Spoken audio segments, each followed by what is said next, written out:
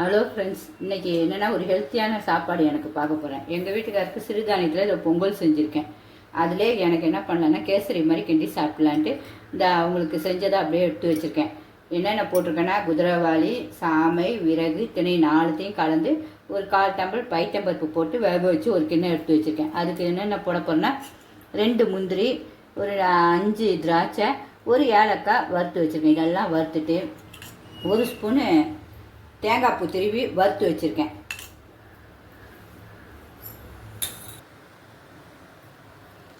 இப்போ டேஸ்ட்டுக்கு எனக்கு கொஞ்சோண்டு நெய் சேர்த்துருக்கேன்.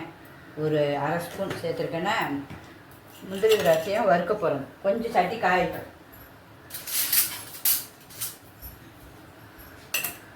அந்த 2 முந்திரியும் இதில் போட்டு நல்லா கலர் மாறணும் லைட்டாக.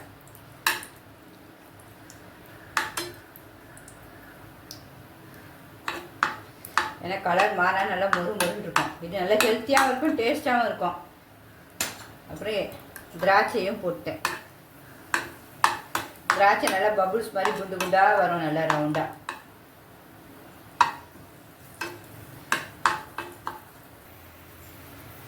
பபுள்ஸ் மாதிரி வந்துடுச்சா, இப்போ அடுத்தது அந்த ஒரு ஏலக்காவை நுணுக்கிடலாம்.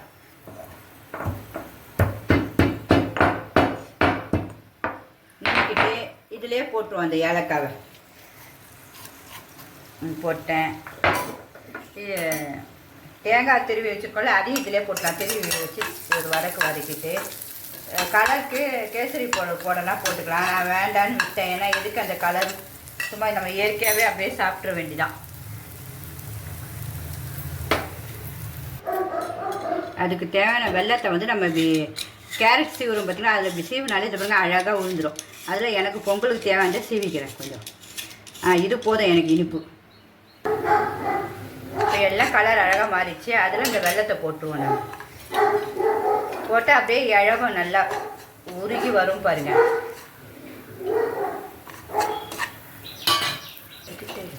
நல்லது பார்த்திங்கன்னா எவ்வளோ அழகாக உருகி வந்துச்சு. ஒன்றுமே பண்ணல, அதை போட்டு சிம்மில் வச்சேன் 2 நிமிஷம்.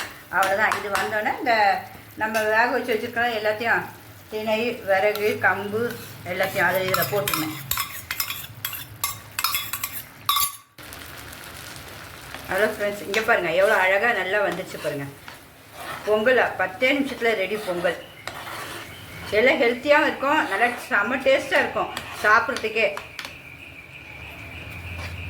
இனிப்பு பொங்கல் வெல்லம் போட்டு செஞ்சுருக்கேன். இனிப்பு பொங்கல் ரொம்ப டேஸ்ட்டாக இருக்கும். எல்லாருமே செஞ்சு பாருங்கள். குழந்தைங்களுக்கு ரொம்ப ஹெல்த்தி.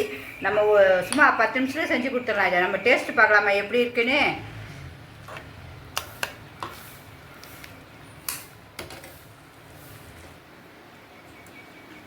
இப்போ செம்ம டேஸ்ட்டுங்க, ரொம்ப நல்லா இருக்குது. எல்லாருமே செஞ்சு பாருங்கள். 10 நிமிஷத்தில் ரெடி ஆகிடுது.